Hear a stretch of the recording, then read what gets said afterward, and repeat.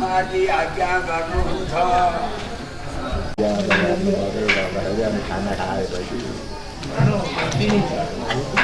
बद्रीधामबाट म चतुर्भुजाचार्य।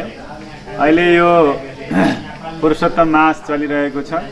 पुरुषोत्तम मास भनेको सौरमान र चन्द्रमानको हिसाबले करिब 32-33 महिनामा प्रत्येक 2.5 वर्ष भनौँ न 32-33 महिनामा सौर्य गणना र चन्द्र गणनाको हिसाबले 1 महिना चाहिँ नि अधिक निग्रिने हुँदा त्यो मलमास भनेर सबैले चाहिँ नि उसलाई अपहेलना गरेपछि भगवान नारायण वैकुण्ठाधिपति श्रीमन्नारायण भगवानकै सन्निधिमा गएर उसले बडा भगवानसँग शरण पर्यो। भगवान त शरण्य हुनुहुन्छ र भगवानले आफ्नै नाम दिएर सबभन्दा पवित्र सबभन्दा उत्तम भनेर भगवानले पुरुषोत्तम मास भनेर चाहिँ नि आफ्नो नामाकरण गराइदिनु हो। र यो महात्म्य बद्रीनारायण धाममा स्वयं भगवान वक्ता भनेर देवर्षि नारदहरूलाई सुनाउँदै हुनुहुन्छ भने यही महात्म्यलाई चाहिँ पञ्चपाण्डवको वनवासको समयमा भगवान श्रीकृष्ण वक्ता भनेर पञ्चपाण्डवलाई सुनाउनु भएको। त्यस कारणले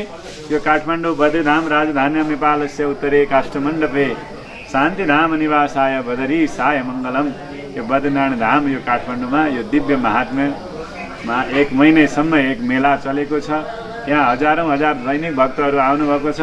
आफ्नो पितृको नाममा अर्चना गराउनु भएको छ, मालपुवा भोग गराउनु भएको छ र आफू पनि ग्रहण गर्नुभएको छ, सबैलाई भोग लगाउनु भएको छ।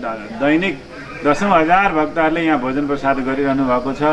त्यस कारणले त्यो पवित्र महिनामा आफूसहित आफ्ना सपरिवारजन आफन्तसहित आएर यो दिव्य धाममा बद्रीनारायण भगवानको दर्शन गर्ने, शीशमहल सुन्दर शीशमहलको दर्शन गर्ने। अहिले भर्खरै रामेश्वरम भगवान पनि प्रतिष्ठित हुनुभयो, रामेश्वरको दर्शन गर्ने अवसर छ। अब द्वारका जगन्नाथ पनि छिट्टै भगवानको सन्निधिमा आउँदै हुनुहुन्छ। यो पवित्र क्षेत्र काठमाडौँको उत्तर भेग यसै पनि सुन्दर रमणीय वातावरणमा छ र आफ्नो यो लोक र परलोकको पनि मङ्गल गर्नको लागि सम्पूर्ण भक्तभावहरू आएर दर्शन गर्नुहुन हार्दिक अनुरोध गर्दछु। जय जय श्रीमन्नारायण। माथि आज्ञा गर्नुहुन्छ।